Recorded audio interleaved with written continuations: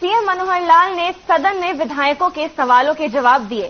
CM ने कहा कि पशु शल्य चिकित्सक की भर्ती से संबंधित हुई लिखित परीक्षा में जो गलत प्रश्न आए, उसके लिए हरियाणा लोक सेवा आयोग की जिम्मेदार नहीं ठहराया जा सकता, क्योंकि प्रश्न सेट करने वाले व्यक्ति या एजेंसी बाहर की होती है। इससे संबंधित मामला पंजाब एवं हरियाणा हाईकोर्ट में भी विचाराधीन पर है। कोर्ट का जो भी निर्णय आएगा वो मान्य होगा। इसी के साथ उन्होंने ट्यूबवेल कनेक्शन पर भी जवाब दिया। सीएम ने कहा कि प्रदेश में पानी की कमी और उपलब्ध पानी के उचित उपयोग को सुनिश्चित करने के लिए सरकार सक्षम सिंचाई अपनाने वाले किसानों को ट्यूबवेल कनेक्शन प्राथमिकता आधार पर देगी। सभी को ओपन ट्यूबवेल कनेक्शन देना संभव नहीं, क्योंकि ज्यादातर क्षेत्रों में पानी ज्यादा नीचे चला गया है।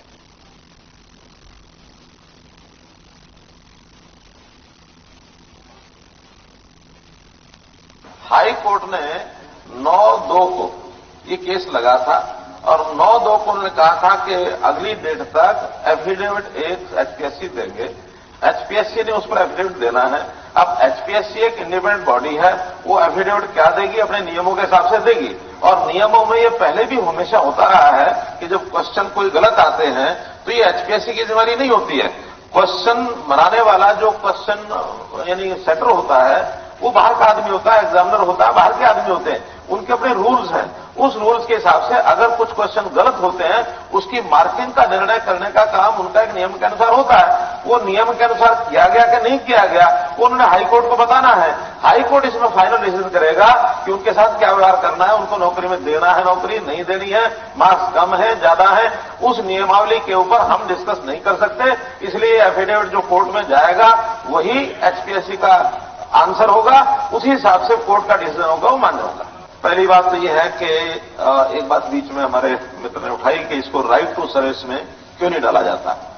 देखिए, राइट टू सर्विस में तब डाला जाता है जब कोई सर्विस ऐसी हो जिस सर्विस में सरकार को और कुछ सोचना ना पड़ता हो या कोई और ऐसा विशेष कारण ना हो जिसके कारण से वो सर्विस को टाला जा सके या उसको रोका जा सके।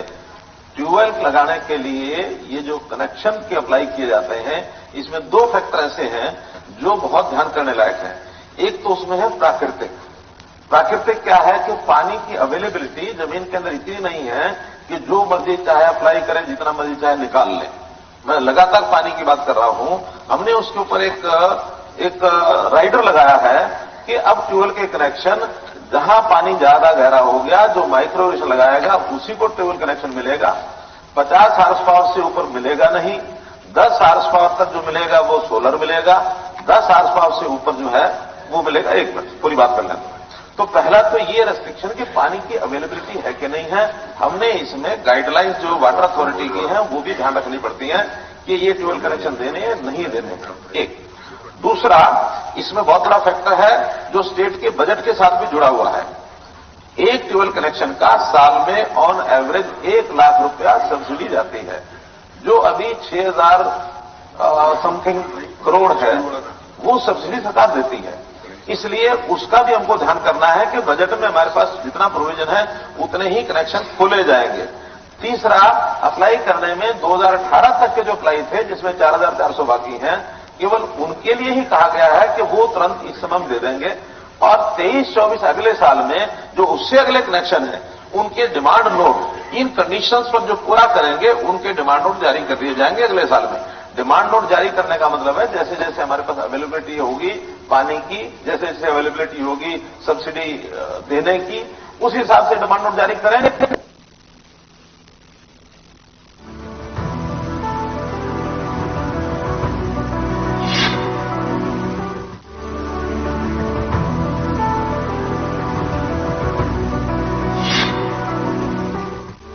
मुख्यमंत्री मनोहर लाल ने विश्व जल दिवस पर अगली पीढ़ी के लिए जल सहेजने की अपील की है।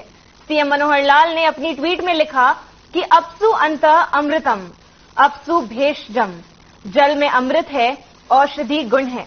ऋग्वेद हरियाणा में अगली पीढ़ी हेतु जल सहेजने के लिए हमें हर हरियाणवी का साथ देना चाहिए।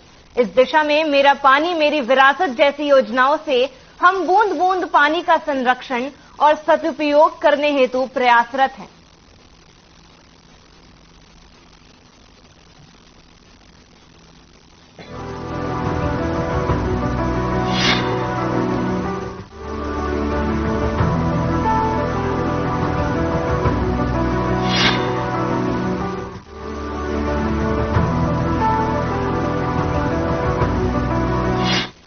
मुख्यमंत्री मनोहर लाल ने चैत्र नवरात्रि के पावन पर्व की समस्त देशवासियों को हार्दिक शुभकामनाएं दी हैं। सीएम ने ट्वीट किया कि या देवी सर्वभूतेषु शक्ति रूपेण संस्थिता नमस्तस्यै नमस्तस्यै नमस्तस्यै नमो नमः। चैत्र नवरात्रि के पावन पर्व की समस्त देशवासियों को हार्दिक बधाई। मां जगदम्बा आप सभी के जीवन को सदैव प्रकाशित और ऊर्जावान रखे, ऐसी कामना करता हूं। जय माता दी।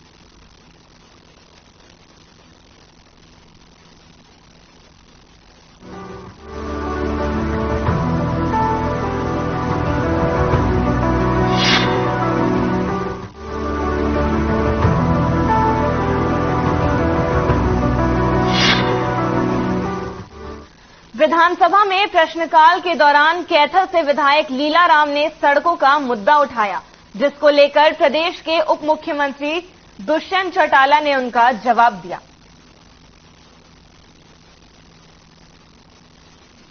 इस सड़क पर अध्यक्ष जी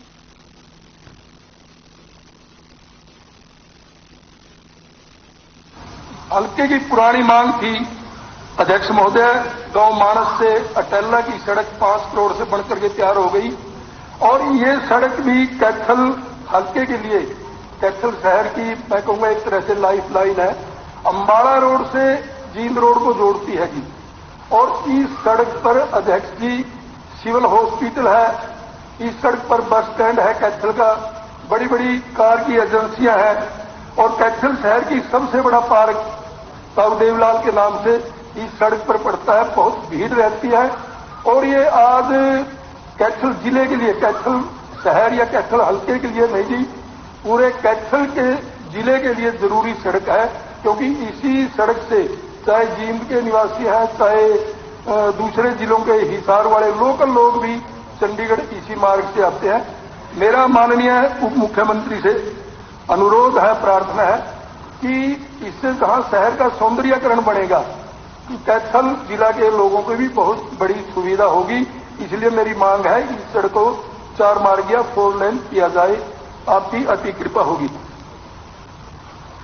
अध्यक्ष महोदय, माननीय सदस्य जिस पैच की बात कर रहे हैं पीपरम मोड़ से अम्बाड़ा रोड तक, उसके पैरेलली रिसेंटली 2014 के बाद एक बाईपास पीपरम मोड़ से अम्बाड़ा रोड तक एनएच ने बना दिया है, जो कि जयपुर को चंडीगढ़ से अम्बाड़ा तक कनेक्ट करता है। और उसके बाद जो व्हीकुलर ट्रैफिक था, खासतौर पर हैवी ट्रैफिक, वो उससे पूरा सब्ट्रैक्ट हो चुका है। जैसे माननीय सदस्य ने कहा कि जींद का ट्रैफिक चंडीगढ़ के लिए आता है तो वाया कैथल आता है, वो पीपरम मोड़ से एनएच चढ़ जाता है।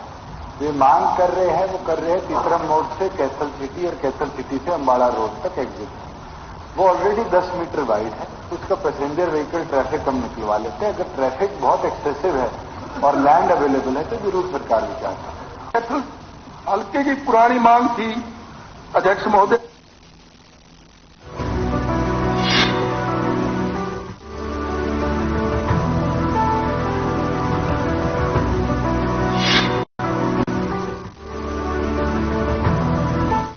अंबाला कैंट में पुलिस ने मां बेटियों द्वारा अपने मकान में चलाए जा रहे सेक्स रैकेट का पर्दाफाश किया। पुलिस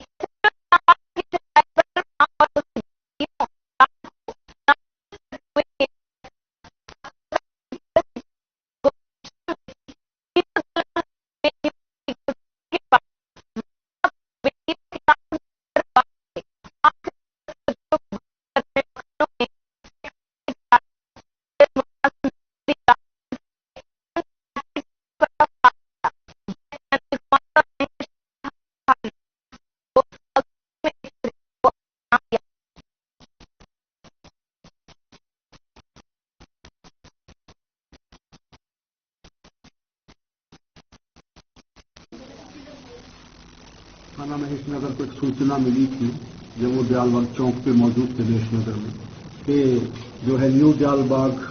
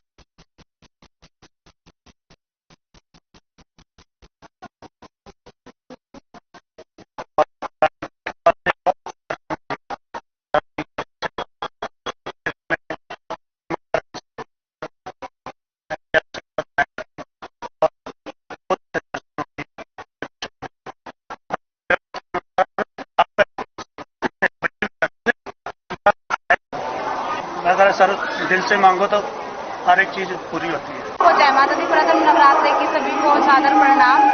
मेरा नाम मोनिका है। मैं भद्रकाली मंदिर में आई हूँ। मैं निकू गाँव से आई हूँ।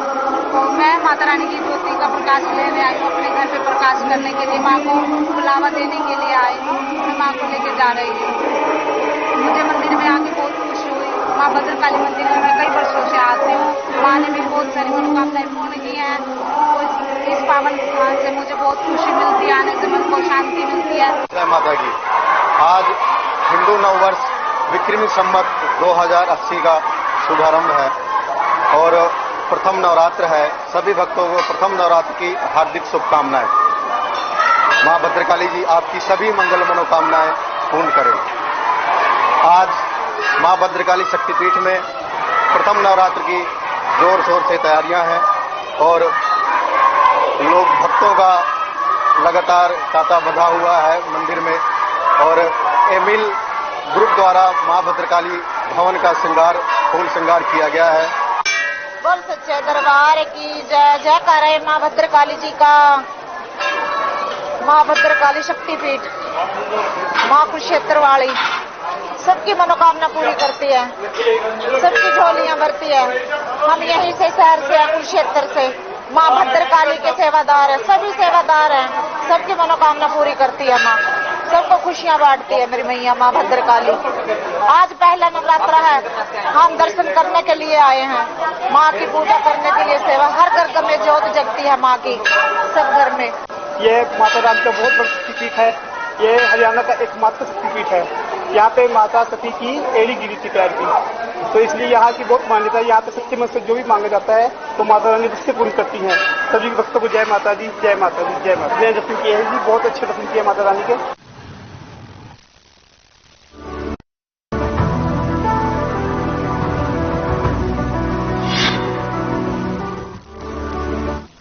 देश में आज चैत्र नवरात्रे शुरू हो गए। हर जगह मंदिरों में भक्तों की भीड़ शुरू हो गई और खास तौर पर माता के मंदिरों में लोग सुबह से ही आने जाने शुरू हो गए। हम आपको अलग अलग मंदिरों की 4 तस्वीरें दिखा रहे हैं जहां माता के दरबार में भक्तों का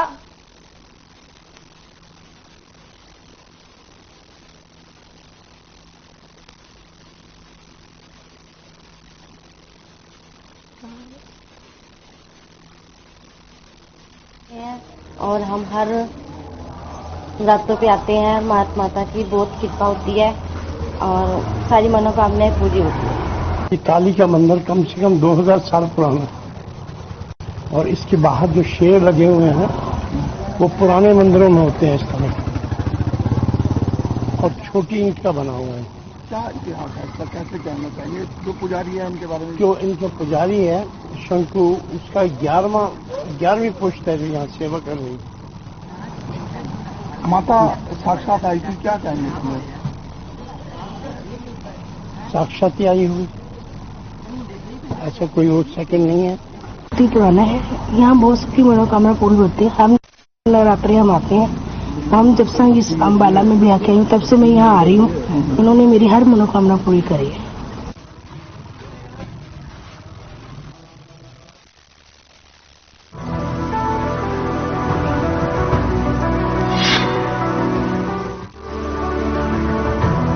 अम्बाला शहर नगर निगम में पहली बार नगर निगम का स्थापना दिवस मनाया गया। इस दौरान मेयर, अधिकारियों और पार्षदों ने मिलकर शपथ ली। जिन अधिकारियों और कर्मचारियों ने अच्छे काम किए उन्हें उत्साहित करने के लिए प्रमाण पत्र भी दिए गए। मेयर ने बातचीत करते हुए बताया कि प्रधानमंत्री के आह्वान पर नगर निगम का स्थापना दिवस मना रहे हैं। इस दौरान नगर निगम के मेयर के अलावा डिप्टी मेयर, निगम कमिश्नर और पार्षद भी मौजूद रहे।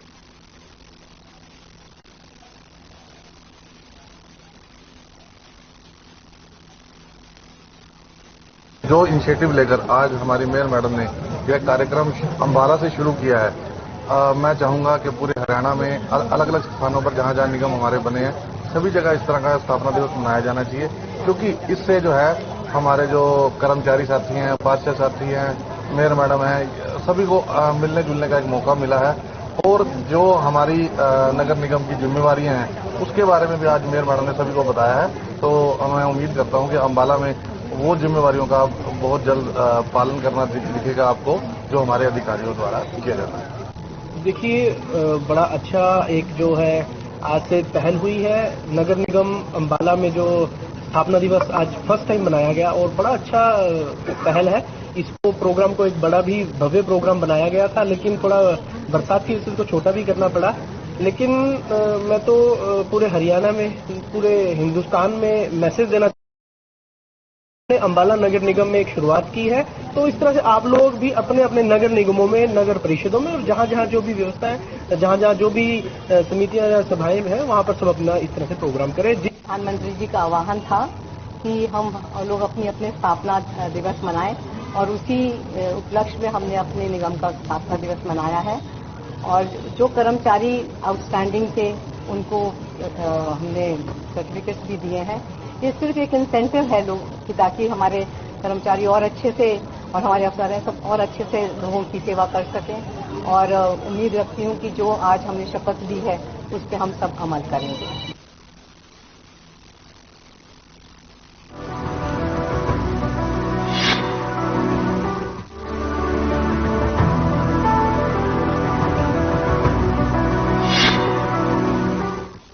बीते दिनों से हुई बेमौसमी भारी बारिश और ओलावृष्टि से किसानों की फसल बर्बाद हो गई, जिससे किसानों के आगे अब फिर से रोजी रोटी का सवाल खड़ा हो गया।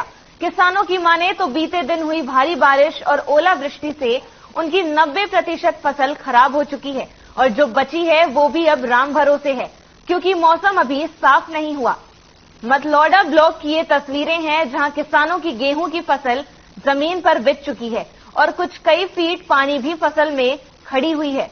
उनका कहना है कि अब ये फसल खराब हो चुकी है और ना ही अब इस फसल का कंबाइन चलेगा और ना ही इसको कोई काटने वाला होगा।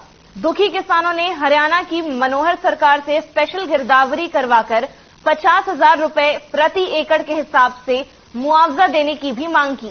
साथ ही किसानों ने सरकार से गेहूं का भाव बढ़ाकर बोनस देने की भी मांग की है।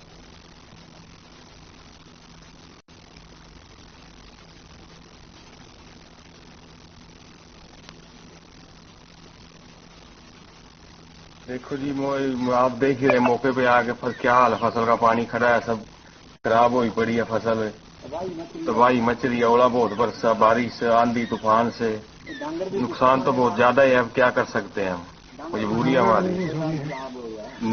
पत्ते हैं जैसे बरसीन है, ये खराब है, सारी सिस्टम देखो कटी पड़ी है, सब जड़ी पड़ी है।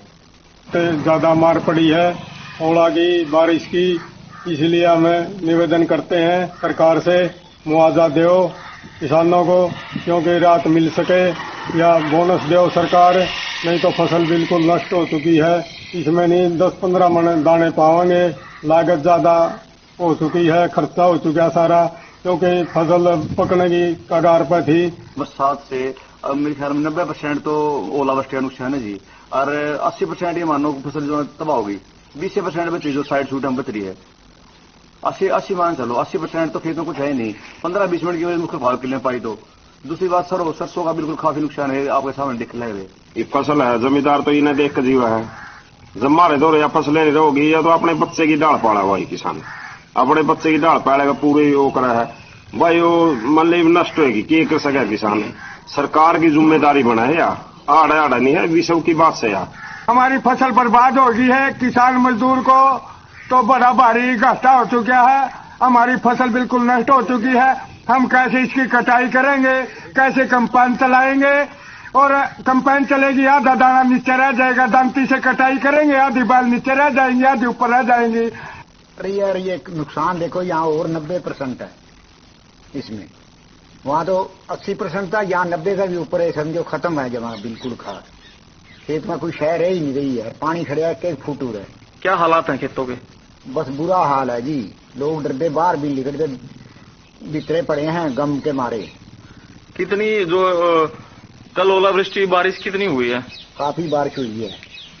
ओले भी पड़े हैं? ओले भी पड़े हैं, ओले ने तो तबाही मचा दी है, कटा इतना ओला बरसा कोई ठीक ही को नहीं अंदाजा।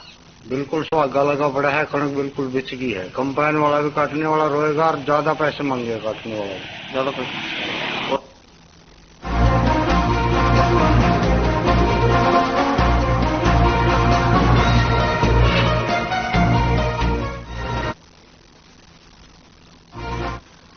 महीने के अंत तक हरियाणा में 400 नई इलेक्ट्रॉनिक बसें सड़कों पर उतरने जा रही हैं। ये बसें हरियाणा के एनसीआर क्षेत्र में चलाई जाएंगी। आपको बता दें कि नवंबर 2022 में प्रदेश सरकार ने 1000 इलेक्ट्रॉनिक बसों का ऑर्डर दिया था, जिसमें इस महीने के अंत तक 400 नई इलेक्ट्रॉनिक बसें हरियाणा की सड़कों पर दौड़ने लगेंगी और सितंबर 2023 तक हरियाणा प्रदेश के एनसीआर क्षेत्र में हजारों बसें सड़कों पर उतरेंगी। हरियाणा के एनसीआर क्षेत्र में पर्यावरण प्रदूषण को नियंत्रित करने के लिए ये हो रहा है। हरियाणा प्रदूषण नियंत्रण बोर्ड के member secretary IFS Pradeep Kumar में आयोजित ईंट भट्टों से जुड़े पर्यावरणीय मुद्दों पर आयोजित एक सेमिनार में शिरकत करने पहुंचे थे। पत्रकारों से बातचीत करते हुए हरियाणा प्रदूषण नियंत्रण बोर्ड के मेंबर सेक्रेटरी आईएफएस ने बताया कि इस महीने के अंत तक 400 नई इलेक्ट्रॉनिक बसें हरियाणा की सड़कों पर दौड़ने लगेंगी। उन्होंने बताया कि प्रदेश सरकार एनसीआर क्षेत्र में बढ़ते प्रदूषण को रोकने के लिए तमाम तरह के प्रयास कर रही है। इसी क्रम में आने वाले समय में गुड़गांव और फरीदाबाद की सड़कों पर दौड़ रहे पेट्रोल और डीजल के चलने वाले तमाम ऑटो रिक्शा का भी इलेक्ट्रॉनिफिकेशन किया जाएगा।